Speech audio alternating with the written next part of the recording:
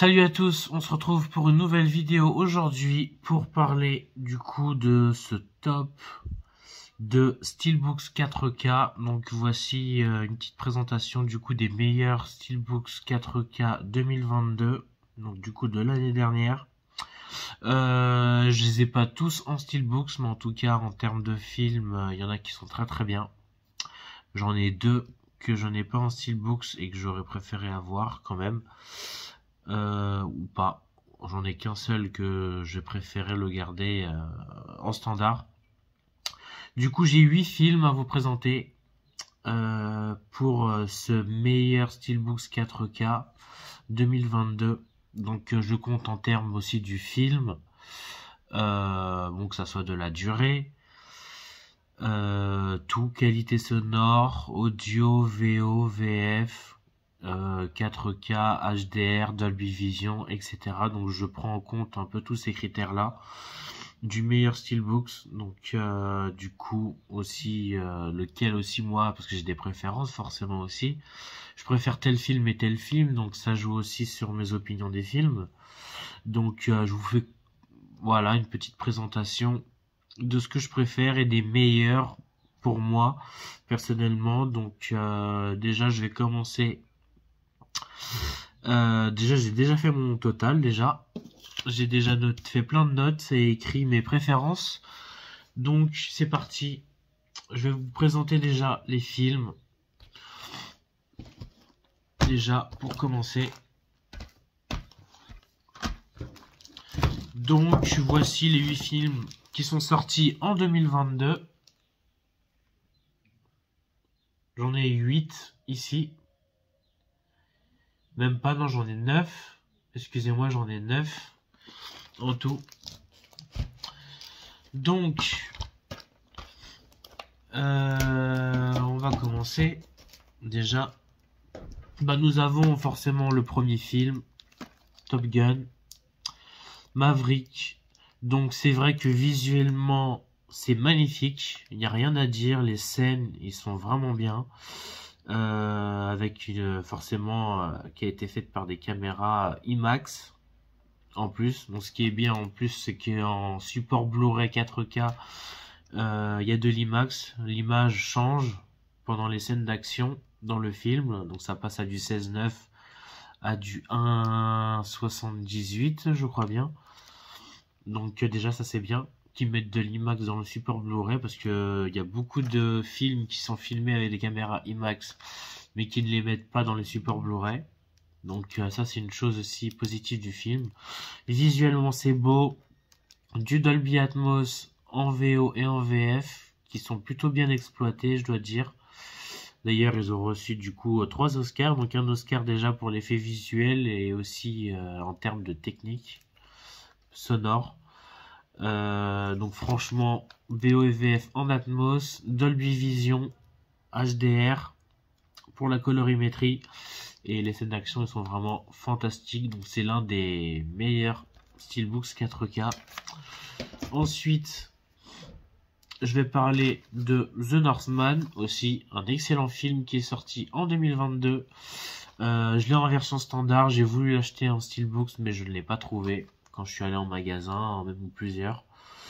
Du coup j'ai préféré le prendre comme ceci. C'est vrai que le Steelbooks, je suis pas fameux, il n'y a pas beaucoup de détails, il est pas tellement ouf. J'avoue, je préfère avoir une image comme celle-ci que le Steelbooks, parce que le dessin, il n'y a pas beaucoup de détails dessus. Un côté noir en bas, un côté éclairé en haut, avec forcément Alexander en ombre sur une colline. Donc le Steelbooks, il est pas fameux. En tout cas, c'est un excellent film, plutôt bien, bien aimé. Franchement, j'ai plutôt bien aimé.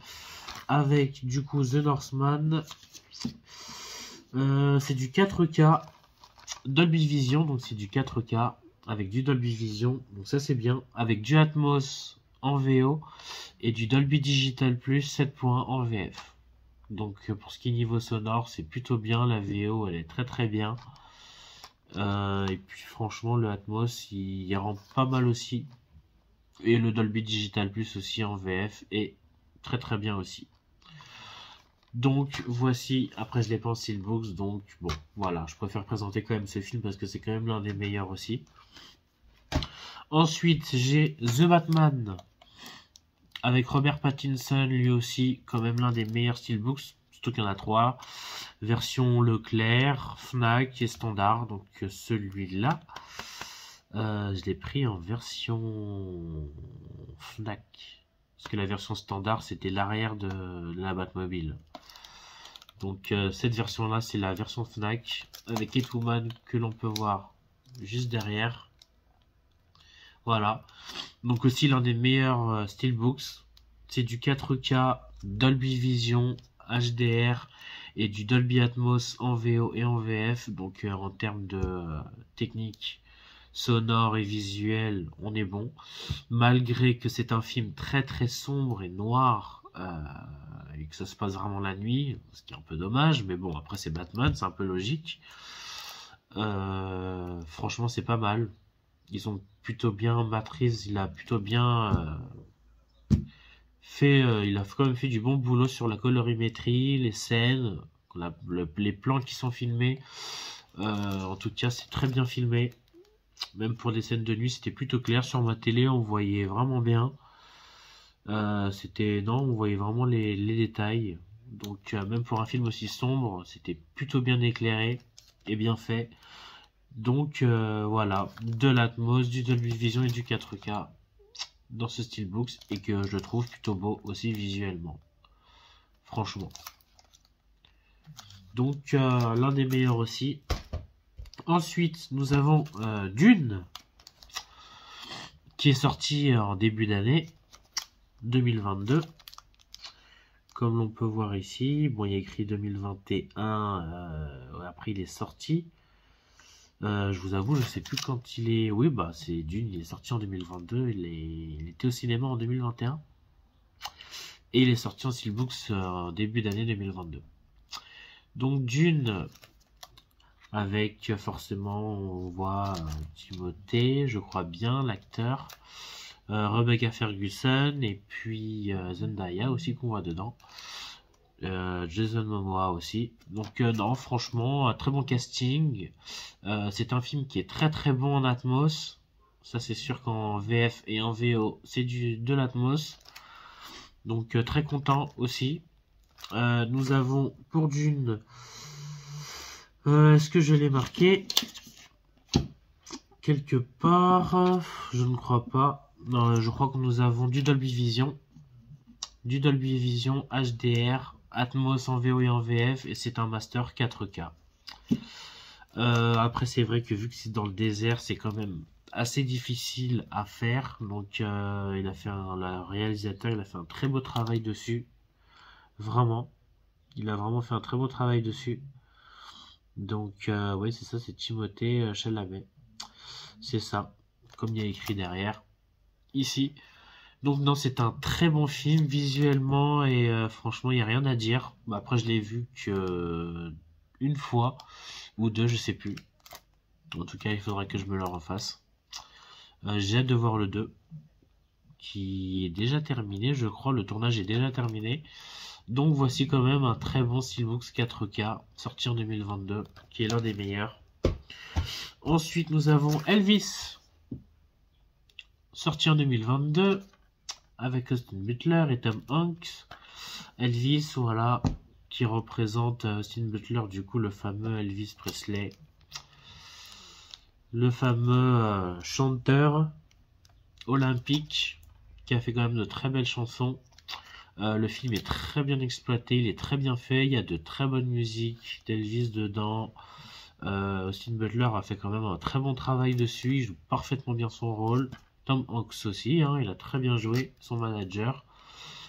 Visuellement, on est sur du Atmos, enfin du 4K, pardon. On est sur du 4K Dolby Vision avec de l'Atmos en VO et en VF. Donc au niveau caractéristiques visuelles et sonores, on est bon, c'est parfait. Le film en lui-même, j'ai très bien apprécié, je l'ai vu 2 fois. Je l'ai vu 2 fois. En tout cas, ouais, j'ai beaucoup adoré. Excellent film. En tout cas, donc franchement pas mal. Franchement pas mal. Ensuite, nous avons 007. Du coup, avec Daniel Craig, le dernier 007, Mourir peut attendre. Du coup, on est sur du 4K Dolby Vision avec de l'Atmos en VO. Et pour ce qui est de la VF, c'est du Dolby Digital Plus. C'est dommage, j'aurais préféré avoir de l'Atmos en VF. En tout cas, visuellement, je trouve plutôt beau. Sincèrement, dans sa petite Aston Martin, criblé de balles, Daniel Craig en tout petit de côté, un petit 007 en gros plan en haut, et puis avec un fond blanc, ce qui est plutôt bien représenté avec l'arrière, vu que c'est une continuité, hein, comme vous pouvez le voir.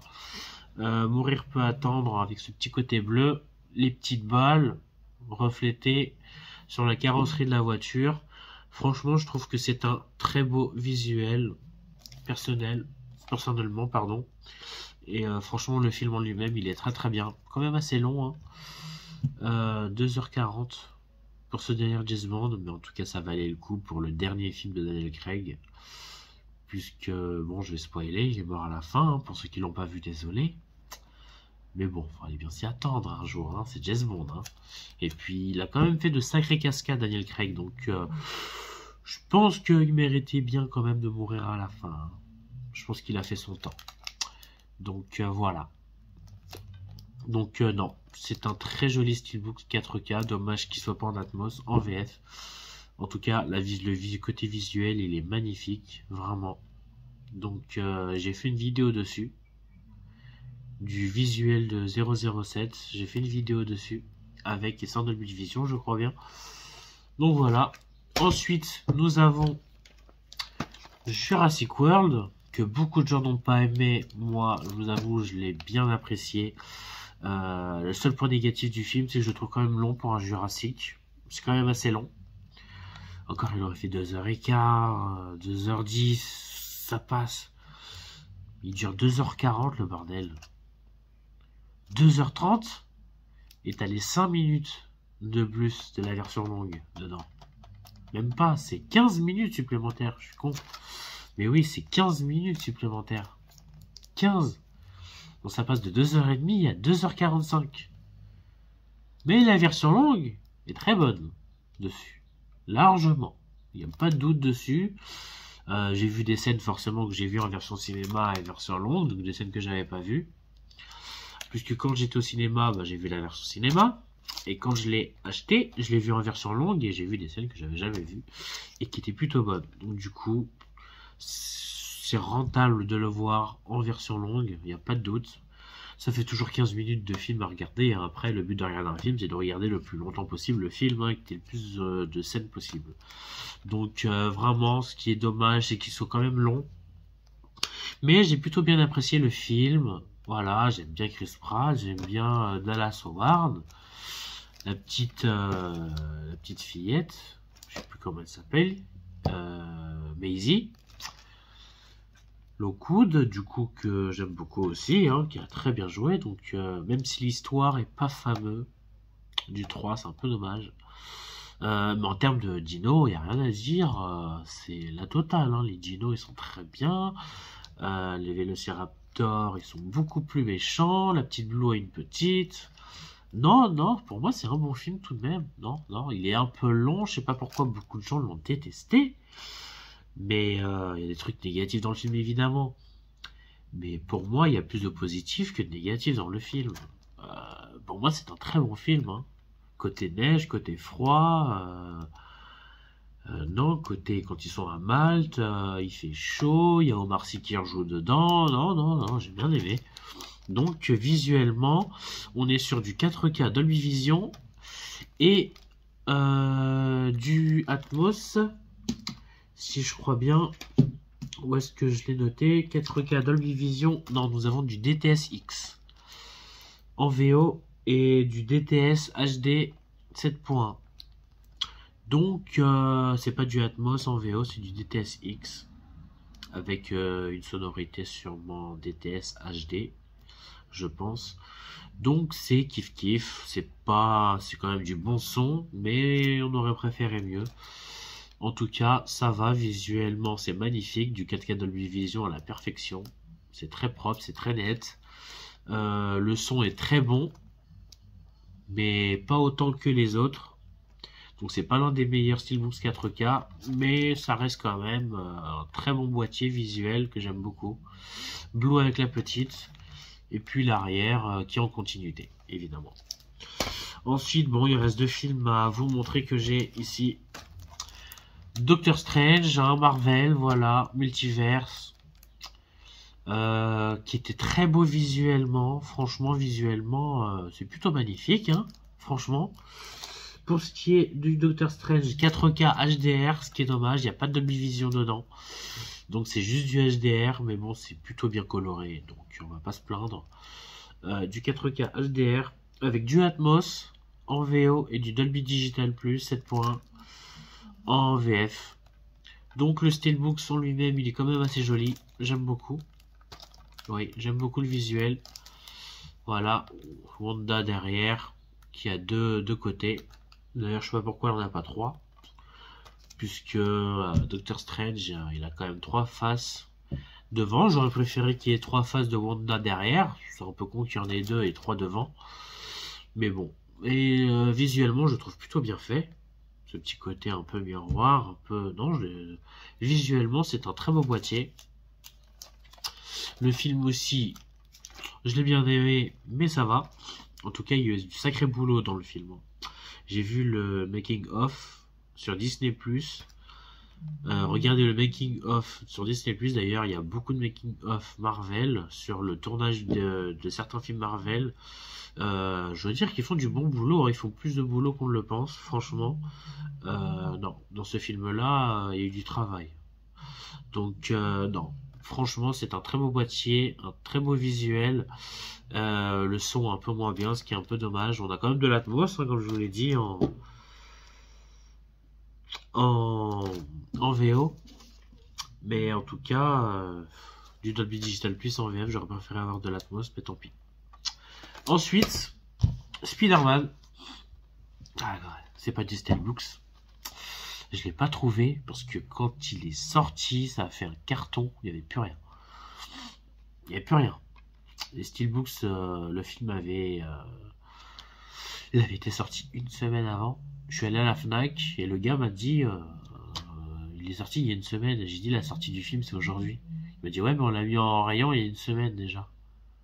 Alors s'il le sort une semaine avant la sortie officielle, alors forcément qu'il n'y avait plus de Steelbooks au moment où je suis arrivé. Donc tout est parti en une semaine quoi en fait.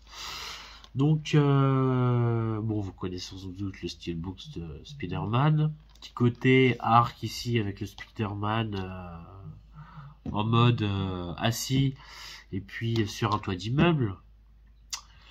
Enfin sur une face d'immeuble. Donc il y a ce visuel là. Et l'autre je sais plus. Je sais plus à quoi il ressemble. Le deuxième Steelbooks. Mais en tout cas, c'est pas grave. Le Steelbooks, il est quand même très beau. Il y a deux Steelbooks différents. Le Spider-Man No Way Home, il est quand même très très bon. Du coup, qui est sorti en avril. Puisqu'il est sorti en décembre 2021, donc il est sorti en avril 2022. Donc, non, le Steelbooks, il était très beau. J'avais grave envie de le prendre. Mais maintenant, il coûte hyper cher. Ils le mettent à 50-60 euros. C'est même pas la peine. Si jamais je le revois un jour, probablement que je l'achèterai. En tout cas, le film en lui-même, il était plutôt bon. Hein. Faut pas se cacher, beaucoup de gens peut-être qui ont été déçus par le film, mais beaucoup de gens l'ont apprécié. Quoi. Quand il y avait les trois Spider-Man dedans, ça fait folie. Quand il y a le bouffon vert, attends, il est revenu, mais différent, un peu plus vieux, mais sinon il était toujours bien fait. Ce petit gobelin. Electro pareil, hein, Jamie Foxx, une nouvelle coupe, nouvelle armure avec un petit réacteur au milieu, les éclairs différents, pas bleu mais un petit côté assez doré, et puis Octopus aussi, Alfred Molina qui est revenu des années après, hein, Spider-Man 2, qui a plutôt bien joué son rôle mais qui n'était pas assez méchant, je trouve, à mon goût. Qui était beaucoup plus méchant, plus féroce dans Spider-Man 2 que dans ce film-là. Mais ça a toujours fait plaisir de revoir les trois Spider-Man ensemble et puis les méchants qui vont avec. Vraiment. J'aurais préféré que le lézard soit un peu plus féroce aussi. Il était un peu trop gentil à mon goût et pas assez mis en avant. Mais en tout cas, non, Doctor Strange était très bon dessus. Le petit combat Doctor Strange Spider-Man était magnifique visuellement. C'est un bon film. Donc nous avons aussi du coup du 4K, même pas, non, pardon. C'est un master 2K. C'est du 2K, c'est pas du 4K. C'est du 2K. Est-ce que je l'ai noté? Même pas, non, c'est du 2K HDR. Il n'y a pas de Dolby Vision dedans. C'est du 2K HDR avec... il y a écrit quoi? Oui. Anglais 7 points, Dolby Atmos. Oui, bah c'est ça. Il y a de l'Atmos en anglais. Et pour ce qui est du français, c'est du 5 points DTS HD. Bon, du 5 points DTS pour ce film. Et de l'Atmos en anglais. Donc un peu décevant pour le son, bah, sauf pour la VO, mais je suis pas sûr que le Dolby Atmos du film, je sais même plus si je l'ai déjà écouté. Bon, en tout cas, il doit pas être ouf. Et puis en plus de ça, bon, le steelbook, en tout cas, il est très beau. Il n'y a pas à dire, le steelbook du film, il est très beau, dommage que je l'ai pas pour vous le présenter.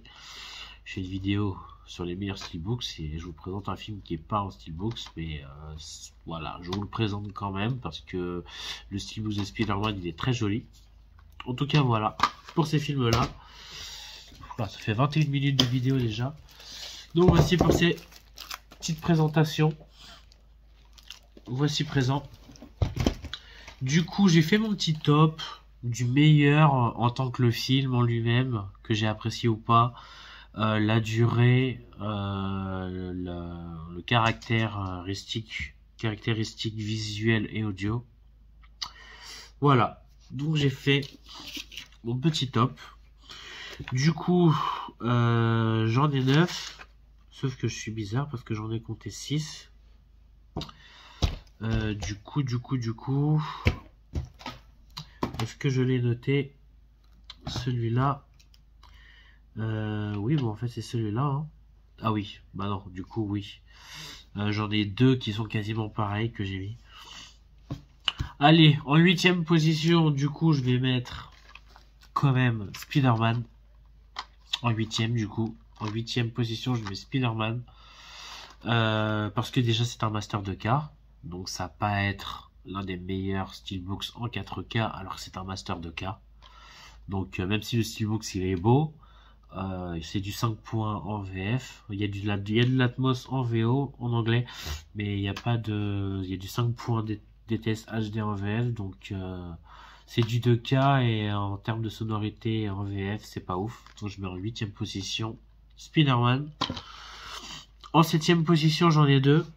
Je mets Strange parce qu'il n'y a pas de Dolby Vision dedans, donc c'est que du 4K HDR et que le film il était plutôt bon, mais sans plus. Il n'était pas ouf non plus. Je mets celui-là avec Jurassic. Donc ça, il y a du 4K Dolby Vision dedans. 4K HDR. Par contre, évidemment, du Dolby Digital Plus et de l'Atmos. Alors qu'ici, nous avons du TSX et du 7 points DTS en VF. Donc en termes sonores, ça va, mais c'est pas les meilleurs steelbooks en 4K en tout cas. Donc en 7ème position, je mets ces deux-là. Ensuite, en 6ème position, je mets 007. Dommage qu'il soit aussi long, 2h40 tout de même. Le steelbook, il est plutôt beau, mais peut-être pas autant que les autres. Voilà, donc en termes de 4K Dolby Vision, par contre, il est beau visuellement, il est magnifique. Et Dolby Digital Plus, c'est plutôt bon, mais j'aurais préféré avoir de l'Atmos, évidemment. Donc, on a quand même du bon Atmos dessus en anglais. Donc, je le mets en 6ème position. Du coup, en 5ème position, oh là là. En 5ème position, je mets The Northman. Peut-être que vous n'allez pas être d'accord, mais je mets The Northman dessus. Parce que bon, déjà, bon, je l'ai pas déjà en steelbooks et je trouve que steelbooks il est un peu Un peu fade tout de même, hein. Il est pas très beau. Donc je vais pas le mettre l'un des meilleurs steelbooks 4K si visuellement c'est pas l'un des plus beaux. Par contre, après au niveau sonore et film, il est excellent. De l'Atmos en VO, par contre du Dolby Digital Plus aussi en VF. Donc il n'y a pas de l'Atmos en VF, donc c'est un peu dommage, même si il est très bon. Le film en tout cas il est très bon, hein. J'ai beaucoup apprécié le film, mais je le mets en 5e position. Ensuite, le top 4. Le top 4, je mets Elvis. Top 4, je mets Elvis, parce que je trouve déjà, pour ce petit hommage au grand Elvis Presley, Steven Butler l'a très bien joué, déjà d'une. Les musiques, elles sont très bonnes dedans. Le steelbook en lui-même, il est plutôt magnifique, je trouve. Il est simple, c'est vrai, mais il est bien cabossé déjà. Le petit côté Elvis, il est bien cabossé, vraiment doré. Il est simple, noir, et puis il y a une belle photo de Austin Butler derrière en Elvis, évidemment. Même pas, non, qu'est-ce que je raconte, c'est le vrai Elvis derrière. Si je crois bien, hein, son visage. En tout cas, l'arrière est plutôt beau. On voit bien Elvis derrière, avec une jolie face dorée devant. Donc il y a du Atmos en VO et en VF, avec du 4K Dolby Vision. Donc techniquement, il est magnifique. Donc voici ce top 4. En top 3, je mets... Peut-être que vous n'allez pas aimer, mais je mets Dune. J'ai hésité quand même avec The Batman. Donc vous avez bien compris le top 1. Du coup je mets Dune. Parce que quand je l'ai regardé, visuellement il est beau. Mais un peu trop sombre à mon goût pour un film quand même qui est basé sur le désert. Qui a été quand même assez difficile à faire. Donc en tout cas le film il est très bon, le Atmos il est très bon en VF et en VO, et le 4K Dolby Vision est aussi beau. Mais voilà, après j'ai plus déjà apprécié The Batman et Top Gun que Dune. Je dois l'avouer, je préfère largement The Batman à Dune. Donc déjà ça c'est mon choix. Donc je le mets en top 3, ce qui est déjà pas mal. En top 3 des meilleurs steelbooks 4K, il est beau. En plus visuellement il est beau. Il y avait une version, voilà, Leclerc je crois, différent, ou Fnac. Celui-là en plus je l'ai acheté à Paris, dans une des boutiques. Donc voici ce top 3, parce que vraiment visuellement il est beau. Et on a du très bon sonore. En top 2 je mets The Batman. Ce qui est dommage c'est qu'il est long. Bon après Dune aussi, hein, il dure au moins 2h30. The Batman il dure 3 heures. Par contre, j'ai trouvé que le travail avait été largement meilleur dessus. Déjà pour le visuel, parce que le film est très sombre et que c'est assez difficile à faire. Robert Pattinson il joue vachement bien son rôle de Batman, il est extraordinaire. Matt Reeves est un très bon réalisateur. Il y a du VO et de la VF en Atmos qui sont très bons dessus. Le Dolby Atmos il est excellent dessus, et du 4K Dolby Vision en plus dedans. Donc j'ai beaucoup aimé vraiment The Batman, et en plus de ça le tournage il va débuter en novembre 2023 pour une sortie le 1er octobre 2025, d'après ce que j'ai compris. Du coup en top 2, je mets The Batman tout de même. Bon, j'ai hésité, hein, vraiment top 2, top 3, Dune. Voilà, allez, peut-être top 2 Dune, top 3 The Batman. Allez, si je veux vous faire plaisir. En tout cas, dans le podium, au moins ces deux films-là, que je préfère déjà visuellement le film en lui-même, et puis au niveau sonore et visuel, et puis travail technique, voilà. Et en top 1 pour moi, c'est Top Gun Maverick. Alors pourquoi? Tout simplement parce que refaire un Top Gun après 1986, le premier film, c'était long. Donc je suis très content que Tom Cruise ait pu en refaire un autre. De deux, les acteurs ont fait un très beau travail dessus. Ils ont fait beaucoup de travail de respiration, de technique, de cardio pour le film. Ils ont tous volé de toute façon. Ce qui est dommage, pas tout seul. Donc ils ont quand même tous volé. Tom Cruise, il est excellent dans le film. Refaire un film après plus de 30 ans, c'est déjà pas mal. Il est pas trop long, il dure 2 heures. 2h05 précisément, à peu près. Donc il est plutôt long, mais pas trop long. Du 4K magnifique, Dolby Vision. Le Atmos, il est très bien représenté dedans. Il est magnifique, en VF et en VO. Les acteurs, ils jouent vraiment bien. Miles Teller, franchement, il est vraiment très très bon en tant que Brewster dedans. Visuellement, c'est une claque. Franchement, hein, parce que contrairement au premier Top Gun, c'est pas du tout la même chose. On voit juste le cockpit et puis l'acteur. On voit pas ce qu'il y a autour. Les plans justement a été fait de ce que l'on peut voir dans le film. C'est que les plans ils sont assez larges pour voir justement l'acteur, l'avion et tout ce qu'il y a autour dehors. Donc c'est ça aussi le point positif du film, c'est que tu peux voir absolument un champ vraiment gigantesque de l'avion, ce qui permet d'avoir un ressenti beaucoup plus réaliste dans le film. Les musiques sont top. Lady Gaga, bah, du coup, elle a reçu un Oscar pour la bande originale du film, à la fin du film. Donc franchement, non, les musiques sont top, ils sont bien choisis. Ils sont palpitants, ils sont stressants, ils sont bien accordés au sentiment du film. Il est pas trop long. Il y a du Atmos, il y a du 4K, il y a du Dolby Vision, il y a de tout ce qu'il faut. Et du coup, celui-ci, c'est une illusion Fnac. Après, j'avais hésité à prendre l'autre, hein, mais peu importe que ce soit lui ou l'autre. Le Steelbooks, il est magnifique, ils sont très beaux, les deux, ainsi que l'arrière. Et l'intérieur aussi, plutôt joli, mais je vais pas vous l'ouvrir. En tout cas, pour moi, c'est quand même l'un des top 1 des Steelbooks 4K 2022. Surtout qu'aussi, il est resté quand même aussi au cinéma 5 mois, hein. Ça aussi, il faut prendre en compte. Hein, il est sorti en mai, il est resté en juin, en juillet, il est resté en août, il est resté en septembre. À partir de septembre, il a commencé à disparaître.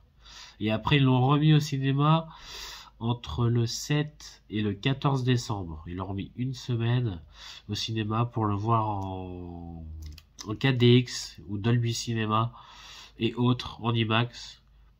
C'était la dernière semaine qu'ils le remettent au cinéma en décembre. Ils l'ont remis une semaine après qu'ils l'ont levé au cinéma. En décembre, si jamais on veut en profiter une dernière fois, et je l'ai été voir du coup en 4DX. Je l'ai vu 4 fois au cinéma pour vous dire. Du coup, c'est le premier film que j'ai vu autant de fois au cinéma. Je l'ai vu 5 fois en tout, 4 fois à côté de chez moi. Et la 5e fois, c'était à Paris en 4DX, justement, entre le 7 et le 14 décembre. Donc j'ai vu 5 fois au cinéma. Et je pense que... Et surtout que c'est un film que tout le monde peut voir. Voilà, que ce soit des petits gamins, des petits garçons, des petites filles, des ados, des adultes, des personnes âgées... c'est vraiment un film que tout le monde peut voir. Genre, il n'y a pas de restriction d'âge ou quoi. Voilà. 2-3 petits missiles sur les avions. En tout cas, visuellement, il est magnifique. C'est pas comme s'il y avait un mort toutes les 2 secondes. Donc, n'importe qui ou quelle personne peut le regarder. Visuellement, magnifique. Et puis, le son en Atmos, il est extraordinaire. Donc, franchement, ce film, il a tout vraiment d'un modèle de 4K en Steelbooks. Vraiment. Donc pour moi, c'est le top 1. Donc voici, en tout cas, mes opinions pour ces films-là. En tout cas, ce sont quand même tous de très bons films. D'autres moins bien, d'autres mieux.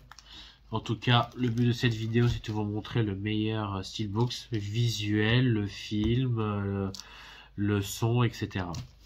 Donc dites-moi dans les commentaires ce que vous en avez pensé, en tout cas. Et puis faites-moi un petit débrief peut-être des films que j'ai présentés. Hein. Mettez dans les commentaires celui que vous préférez, en premier et puis en dernier.